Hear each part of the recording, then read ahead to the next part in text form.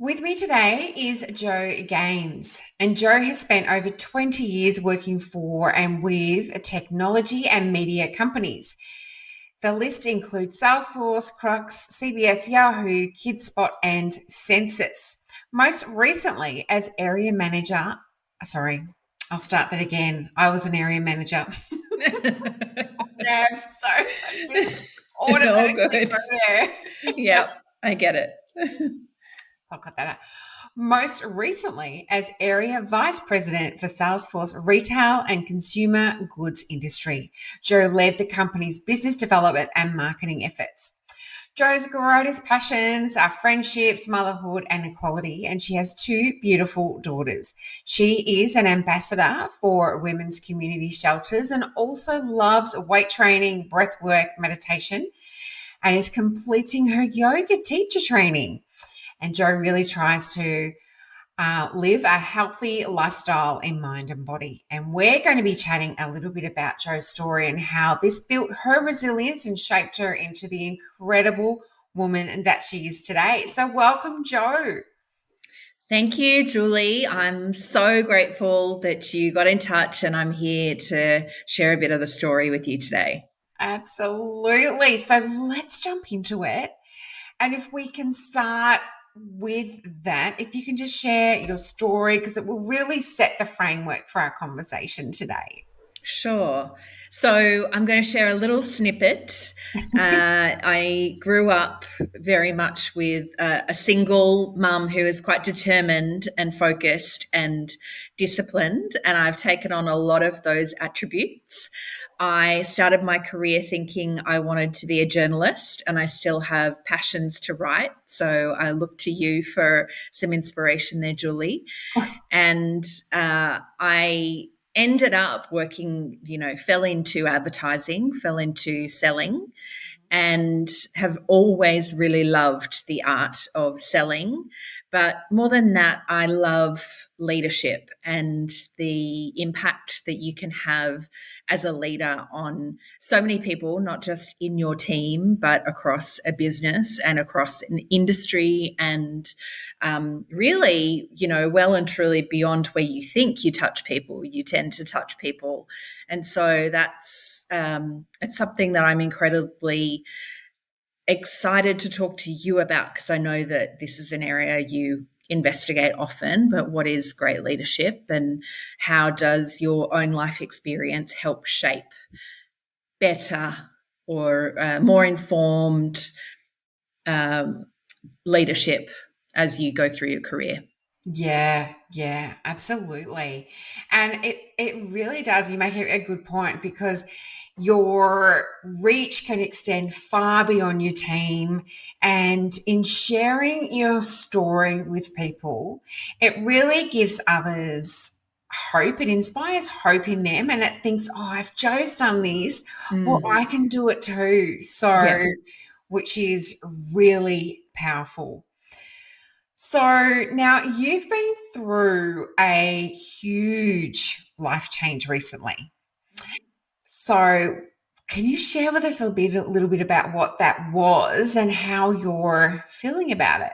Yeah, so many people would have seen, who probably more people who work in technology, but those who read the news would have seen a lot of changes, a lot of fluctuations in technology businesses. I think during the pandemic, right in the heart of it, many consumer facing businesses faced some challenges right in the heart of it. Yeah. And then a lot of technology companies started to feel the impact of it later on. And I was working for Salesforce, and I was one of the people who was impacted by changes to, structure, restructuring, a lot of redundancies. And I decided and was given the opportunity to take a redundancy, which was pretty confronting, given 9 years of my life was spent investing into the solutions and the solving the business challenges that Salesforce can and does and continues to. And Initially, I felt a little lost. I felt, all those stages of grieving. And we've all been through so much grief in the last few years that I think it was familiar, but also I was exhausted from it. And then I, that sort of took a couple of weeks, but then I thought, how do I want this to go? What I can either choose to treat this as an opportunity and part of the path I'm supposed to be on, or I can choose to, wallow in it and perhaps jump on the first thing that comes along and jump into something else. And I was planning to take long service leave next year. So I decided that I was going to give myself a break. And I really haven't had a proper break, more than a couple of weeks since I went backpacking in my late teens, early 20s. Yeah. And also, I had 3 months off when I had both of my children, but I don't call that a break. No. And and I decided that it was about time I really invested in myself. And I felt as well that, during the pandemic, we all really rallied together. It was tough, but everyone was going through the same. Everyone was in similar circumstances. Everyone everywhere was impacted somehow by COVID. Yeah. And I feel coming out of it, I meet so many people in social settings and business settings who are either about to make a change, have made a change has been forced upon them in their career. And I decided, this was the change that I needed as well. I was poked, I guess you'd say, by my yoga instructor who was running a course called Spiritually Fit, which was a 3-month program of breathwork and meditation. And she suggested very gently to me that now might be a good time for me to do that.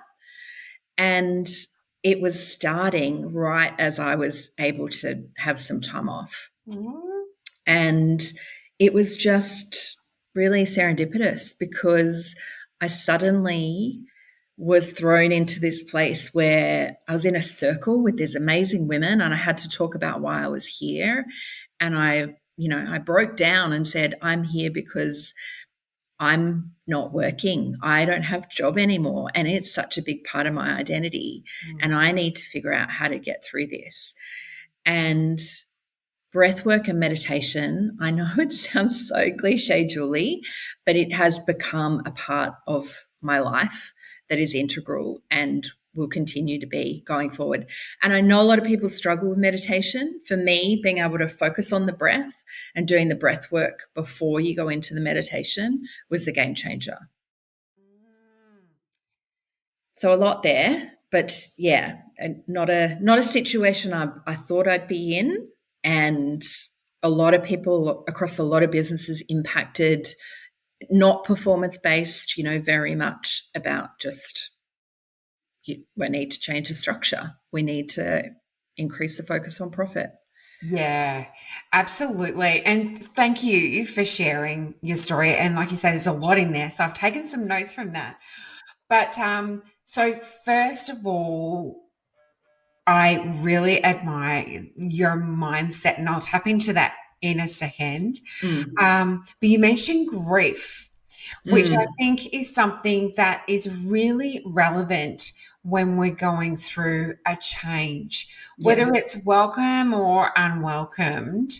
As you say, you worked for Salesforce for 9 years. That's a big chunk of your life. Yeah. So understanding that you might be grieving, whether it be the company, the connections, the certainty, their significance of having such a big role as well, is something I completely resonate with, because when I left my corporate career after 21 years, I'd grown up there. That was my identity as well. And I'm like, well, who am I if I'm not Julie Hyde at NAB, or who am I if I don't have that big red star behind me? Yeah. And yeah, a huge grieving process for me. And I found the transition very hard. So Yeah. I didn't find um, meditation or like the power of breath until very recently in my life. Okay. So Yeah. I certainly can endorse the power of what you're saying because it makes such a difference in terms of grounding you and Mhm. just enabling you to see a lot more clearly. Oh, absolutely. And we've gone through the first month was all about finding ease. The second month was all about Shiva energy and what are the things that you're going to blow up or Yeah. let go of to make space for. Then third month was all about welcoming in Lakshmi. And Lakshmi is the female goddess who is all about wealth and abundance. And we had to go through that transition to find, to be open to welcome in that abundance. And, uh, you know, I really believe nothing happens by chance, nothing's by accident. Mhm. And it's, I can't begin to tell you the things that are coming into my world, having gone through that process, wealth and abundance. Uh, it's incredible when you open your mind to possibility and not having to control every situation and outcome. Yes, 100%. So now you touched on, you mentioned before that you realized that you had the opportunity to see this as, um, an opportunity to do something. Yeah, Opportunity to yeah. see that as an opportunity or something that's going to limit you. So where did that mindset come from? Because not a lot of people, we're wired to see the negative in Mm. situations as humans. So and not a lot of people see these, things as an opportunity, especially first up. So is that something that you've done throughout your life? Has it been learnt through Yeah. situation? Oh, yeah, I certainly have not been, no, I haven't responded like this all through my life. I think I've certainly had my fair share of, anger and hurt and sadness. And and initially I did have a why me experience. But I think that the resilience is really what it is, comes with maturity for sure, Yeah. but it also comes with just what I said, letting go of control and not trying to, you know, rigidly, work in within these guidelines of this is where I thought I'd be and this is what I thought I'd be doing. And doesn't everyone know how great I am? I think a great lesson through all of it, I did have a teeny tiny regret that I actually went on holidays with my kids in January and I worked a lot during that.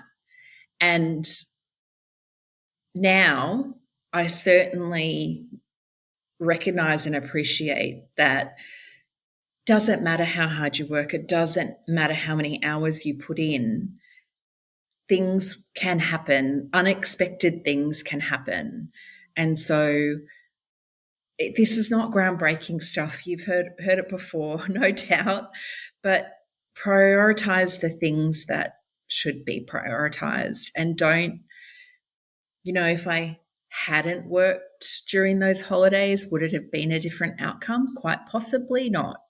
So, teaching myself to recognize what's important, and even with the breath work, like, could I choose not to do 20 minutes in the morning? Absolutely, yes. But when I choose to do it, I know how much better I feel. So, it's always a choice, but how am I going to prioritize things that make me feel better and make me feel like I'm living a life that is the life I really want to live? Absolutely. And they are powerful lessons as well because, when we step away, it can give us really great perspective. on what's going on. And so when you're in it, you can't see it. It's just your routine. It's what you do. Yeah. And I really admire you for being able to let go of control, because I really see that as a really courageous move. But, back to what you said about, you might have heard this before. I don't believe that anyone can ever hear this too Enough. much. Yeah. It's true. Power of repetition, right? Absolutely. The power of repetition, the power of choice.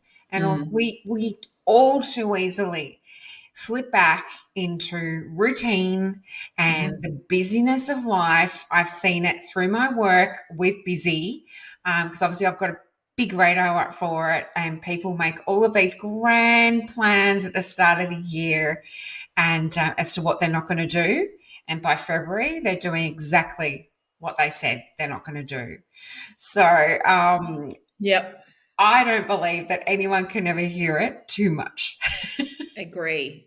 And on that topic, actually, Julie, I equally have lots of grand plans, and there's lots of things that I want to do. I turned 47 in June, and I decided to make a list of 47 things that I want to do, because I would love to go to every country. I would love to do every course. I would love to, there's so many plans I have. And I thought, I need to get down the 47 things that are really must do's in this lifetime. And hopefully I get to all of them. And the power of that as well, to go, these are the important things, and ticking them off. One of them was going to Tasmania, which I did about a week and a half ago. And so having this freedom as well to really prioritize what are the things that I want to achieve in my life, and then time to even do some of them now has been just such a special, I feel really lucky to have the time and space for it. Absolutely. Such a gift. And I love that 47 things. Yeah. Thought, why, I'm going to wait till I'm 50. Why wait till I'm 50? I'm going to do 47. That's okay. 100%. And doing it while you can, because life can change on a dime. Yep. I know. You know that. I know that. Yeah, exactly. So what are a couple of other things on your 47? I want to do the my dream, and I'm thinking about this too, right? Where do I want to be 5 years from now? And I do think I can help boards with both technology and leadership, and what's the sort of leadership framework that makes us most effective in business. So I'd like to be on boards. So one of the things is doing the board directors course. Great. And but also, another thing is writing a novel. I really want to write a novel. I want to write fiction, and I've got the fundamentals of it. Started writing it when I was quite young, and I'm going to pick it back up, and I would like to publish a book. And I don't care if it's not a bestseller, but it's just something that I want to do. So that's on there. So, travel's a big part, but there's lots of just things, and it helps give you clarity that when you're planning a trip, or you've got some time, or it just, is it on my list? And if it's not on my list, does something need to come off my list to put something on? Yeah. Yes. Yeah. And I know something like my 15-year-old said to me the other day, I don't like goals, Mum. So we had this whole conversation about goals and goal setting. And I think she sees goals as being these big, crazy things that, really hard to achieve, and they're out there into the future. But making goals smaller things as well. The small things. I love this book called The Slight Edge, which talks about the small things you do with consistency over time to get to an outcome, like compounding interest. Yeah. And so we talked a bit about that, those small goals as well, just so important. Yes. I love that. And I'd love to tap into, you mentioned the word before about your resilience because you've built up an enormous amount of resilience and people talk about this so much. Mm, And I really feel from what I've seen and heard that there is a big problem with resilience now with a lot of our younger generation, not all, yep. but some. Yeah. So, what do you think resilience is, and what does it feel like for you?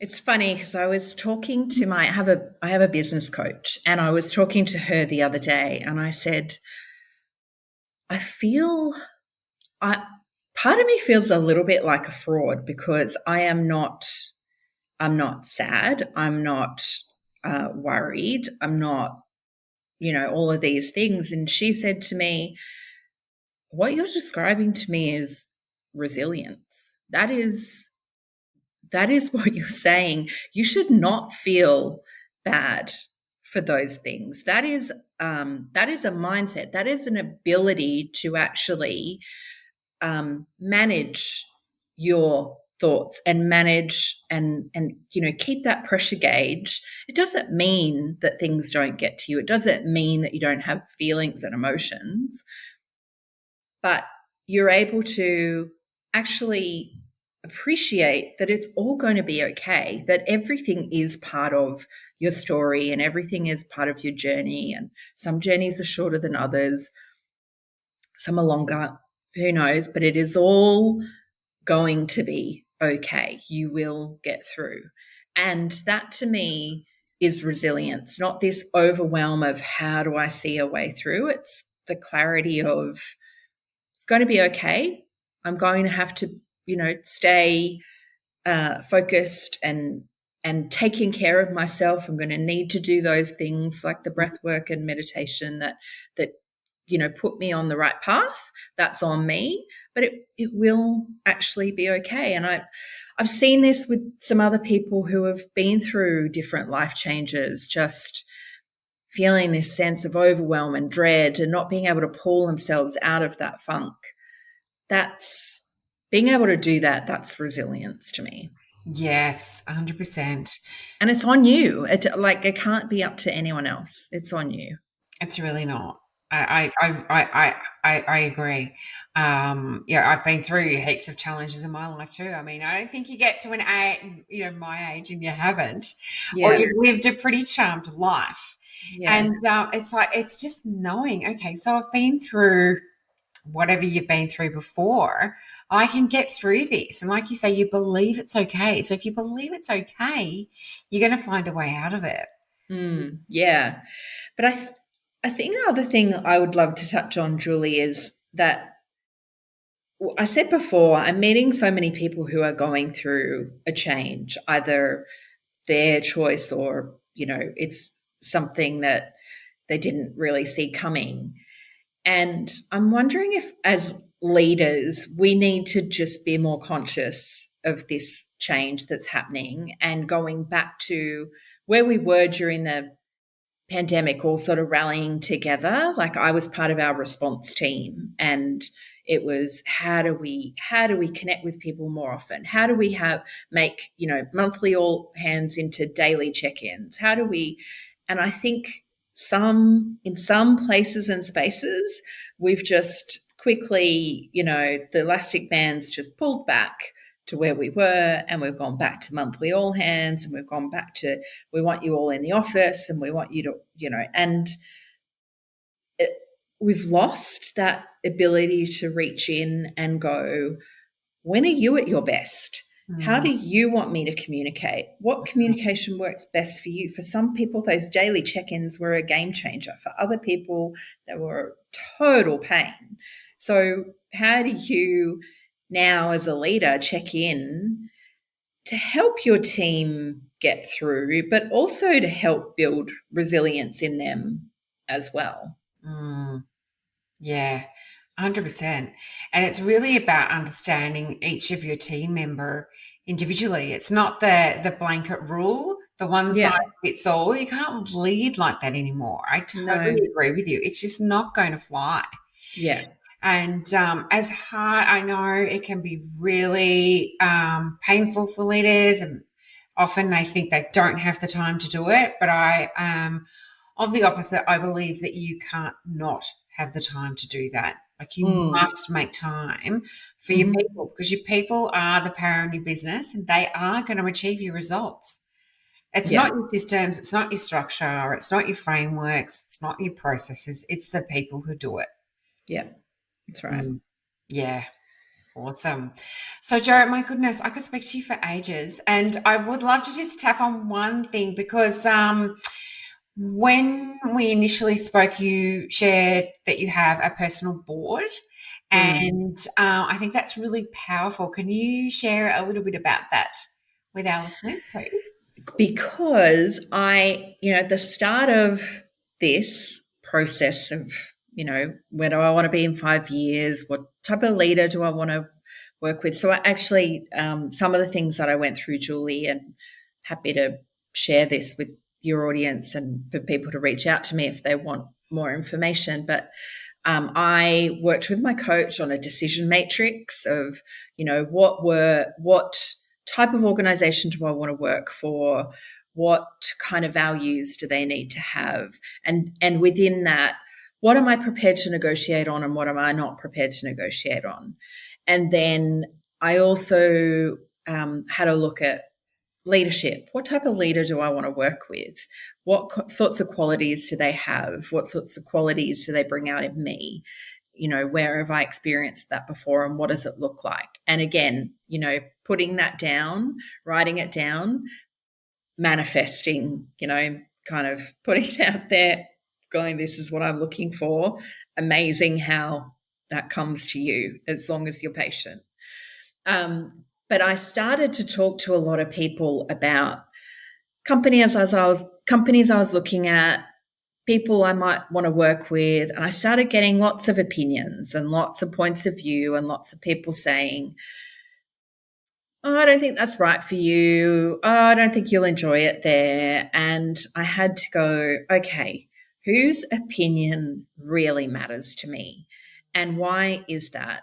And sure, I can talk to other people. I need to be careful about what I share because I don't want to take on a lot of that.